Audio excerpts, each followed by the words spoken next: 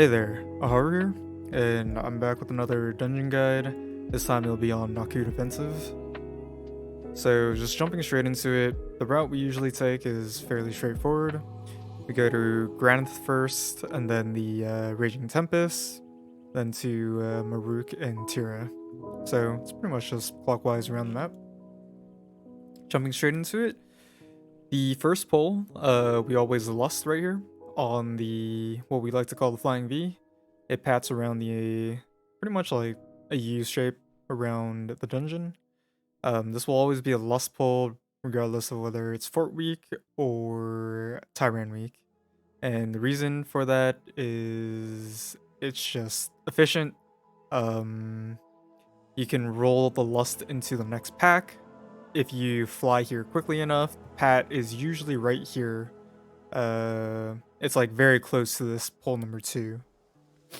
So even sometimes on Tyrant weeks, you can opt to double pull this if the affixes aren't anything that will kill you. So maybe something like I don't know, Tyran, Spiteful Quaking. I think that's an okay week to double pull. Either way, coming out of this, you know, your standard pulls here.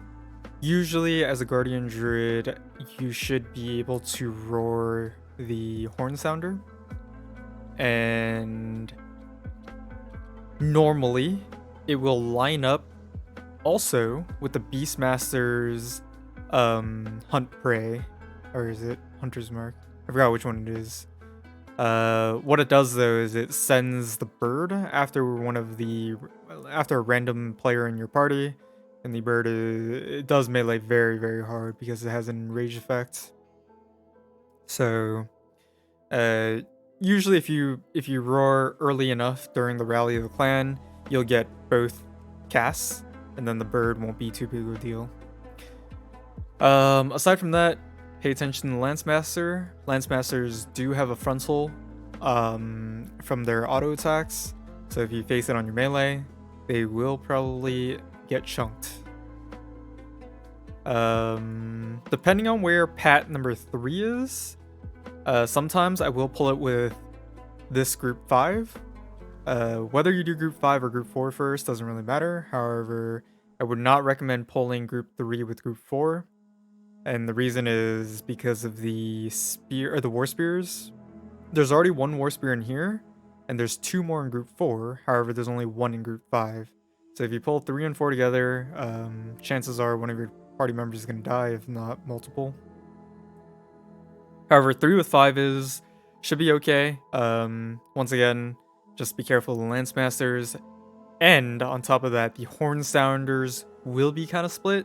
So if you have a priest, you can mind control one of them. It'll make it a little easier for them to group without the horn going off. Or, you know, just make sure you guys are paying attention to it. Alright. Going into the first boss, you want to be very careful with the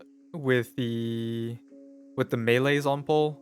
He does melee pretty hard as a Guardian Druid without Iron First Axe, and since, you know, there's a bit of RP time before he lands, you usually won't have anything going into it. So I would highly recommend popping like a Barkskin, Rage of the Sleeper on pull before you take that first auto attack. Alright, when the boss hits probably around 50%, if one of your group members has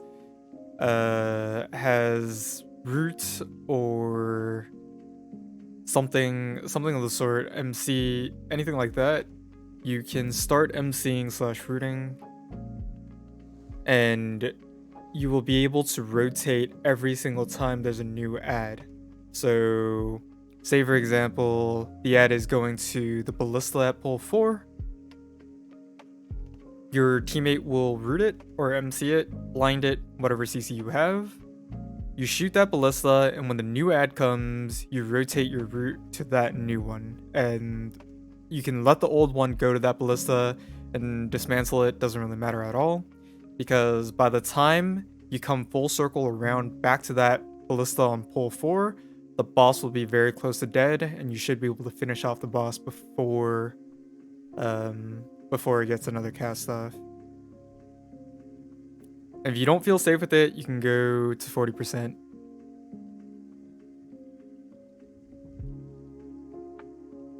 For the Raging Tempest area, depending on whether your group has CDs or not, you can go to the Waterfall area first, which is group 9.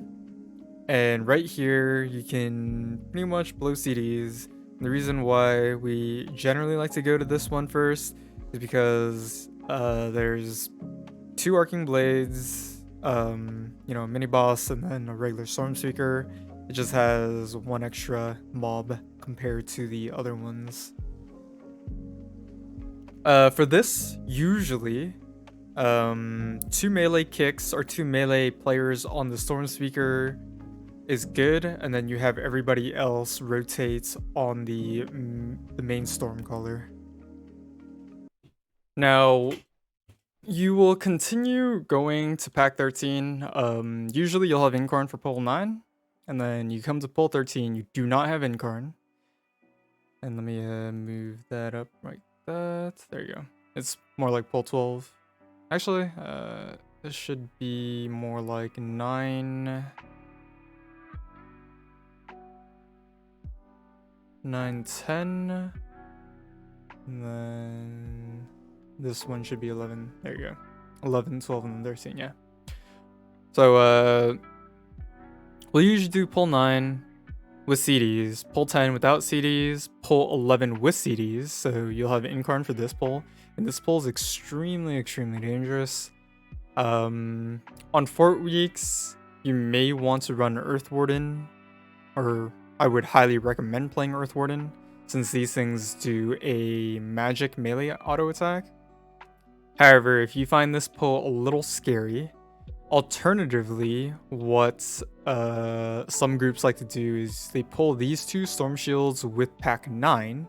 So you still have Incarn, your entire group has CDs, and they pretty much blow this pack up. If your group has no CDs for whatever reason, you can pull 13 first. So you can do this one first while CDs come up, and then you can come to pack 9.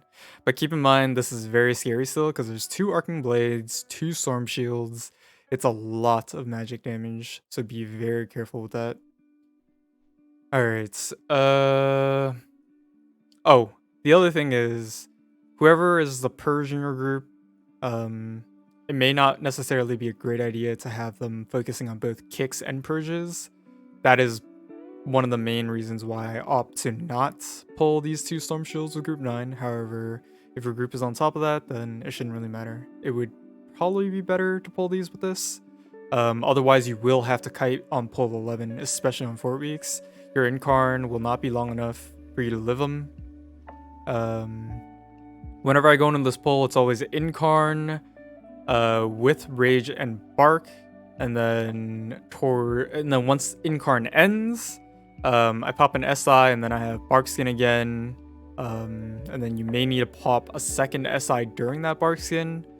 After that, you just have to kite. You don't really have a choice. So use your Typhoons, use your Vortexes, rotate.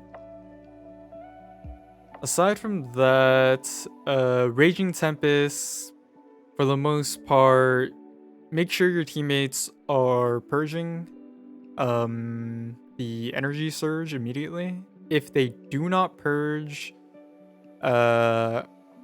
you want to have Incarn during the regular phases. During intermission, you're pretty safe as a Guardian Druid. The only reason you would probably pop Incarn during intermission is to help heal with Nature's Vigil, and on top of that, generating more rage for your After the Wildfire procs. But every group is slightly different. Just depends on what your group needs.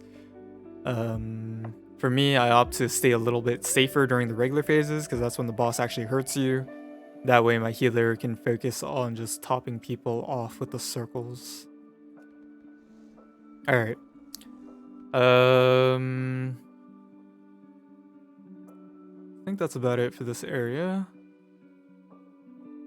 Okay, coming into the undead area. So I will only do this pull on pull 15. I will only do this pull on Tyrant weeks. On Fort weeks, I'll split it up a bit, and then I'll do these three and then chain it into this, or I'll pull this G25 with group 16, one or the other. Yeah. Normally I'll like chain on 4 weeks, and then I'll continue chaining up. For these packs, main things are these birds are frontals on the tank, so try to point them away, and you don't always want to stop them because, you know, while they're casting, it's a pretty long cast. That means they're not meleeing you, you're taking less damage. Unless you want to take more damage for rage, that's fine. They don't do anything to you during incarn anyways, so that's fine. But be aware that all of these little undead mobs, the dogs, the birds, they hit very, very hard, especially with, well, it's not this group, but there is a, oh, there's one warrior here. It's in this pull later where there are 2 warriors, sometimes even 3, and that will be extremely lethal. But anyways, the main mobs to interrupt in this is the Beast Caller. Also, make sure the mobs are not inside the Death Speaker circle. The Chant of the Dead will buff them, and they will do more damage. Okay. And also, if you want, assign one of your DPS to Swift Mend. 1 melee kick is sufficient enough for a Beast Caller, and this will be what's it called? This will be an Incarn pull, and then you kind of chain this up to here. You'll probably have Incarn midway through here. You can pop it again, absolutely fine, no issues. You come to pull 17, no Incarn, and then pull 19, same thing, Incarn again. Usually I'll pull this far pack first, let the birds do their first frontal, assign one of your melee to the Beast Caller, and then you chain it in over to G33, and then you Incarn this pull again. No Incarn for 20. Be careful with pull 20 though. There are 2 Corruptors casting their Death Bolts at you the entire time, and on top of that, there's also a Warrior with Mortal Strike. So I would probably save my Roars, Typhoons, things like that to stop Mortal Strikes, and especially on pull 21 as well. Make sure you use your CCs to stop Mortal Strikes, because even if you have Incarn, you can die because your healing will do very little. And this pull 21 is not something I would recommend doing all at the same time. I would recommend pulling the Beast Caller, the first Beast Caller, with this pull, with this pack right here, G27, which is the Pat. And then once you take care of the little lads, you can maybe chain it into the next pack, or if it's Fort Week, what I normally will do is I will actually pull this G29 separately. Unless your group all has CDs. If your group all has CDs, then it might be better to do it like this, pull 21, like this, and then you'll pull G28 into the boss. You finish up the little dogs, and then you kind of slowly pull into the boss. Either way, I don't think it really matters too much whether you pull a little slower or not. As long as you do some of the earlier big pulls, like pull 15, pull 19, things like that, the timer on this key should be fairly lenient. You don't have to go too insane. There's quite a lot of time. Normally we end up with like 7 to 9 minutes left going to the last boss. All right, and this is where, actually before we go to the last boss area, let's go to Tira. Be very careful with this boss fight. Tira, the Gale Arrow damage does vary for whatever reason, so you want to make sure there's not too much you can do as a Guardian Druid specifically. However, for any melee DPS who are stacking on you, you can try your best to save up and after the wildfire proc for them. However, trying to do that will also mean there is a chance you will not have Iron Fur stacks for the Brutalize from Maruk. So just be careful with that. You might need to pop a SI or Barkskin to tank it with no Iron Fur stacks. Okay. Going into pull 24, or not pull 24, but the last boss, this group 42, you can actually skip this. The way that you skip it is one of the rogues, Night Fae, or not Night Fae, Night Elf, Shadow Meld, or Hunters, whatever can get out of combat, essentially. They will tag this, okay? So they tag this immediately. They will tag G42. You will pull the boss immediately. So like you should be ready with the Moonfire to tag boss immediately. And then right after your whoever tagged is going to get out of combat, and that should allow them to successfully reset and you will not have them. For the boss fight, there is a rock right here you can use, so it's just more uptime for your melee. For the charges, that is. So your teammates put the circle behind the rock, and then the boss will charge into the rock and stop the charge. I forgot to mention, if you are slightly slow, something like that, in pulling the boss, or your teammate feigns slightly late, there is a high chance that the mini bosses will not reset, and you'll have to fight them with the boss. Luckily, you can reset the boss though, so just run it out, but be very careful when you try to do that, because the boss will use his rending strike from like 40 yards away. Speaking of rending strike, the way that I normally deal with rending strike is pull up Iron Fur. You usually have 2 Iron Furs for the rending strike, pop 1 defensive, and then 1 frenzied regen. Hopefully that's enough. If you want, you can bring an Invoker Healer to dispel it, this bleed.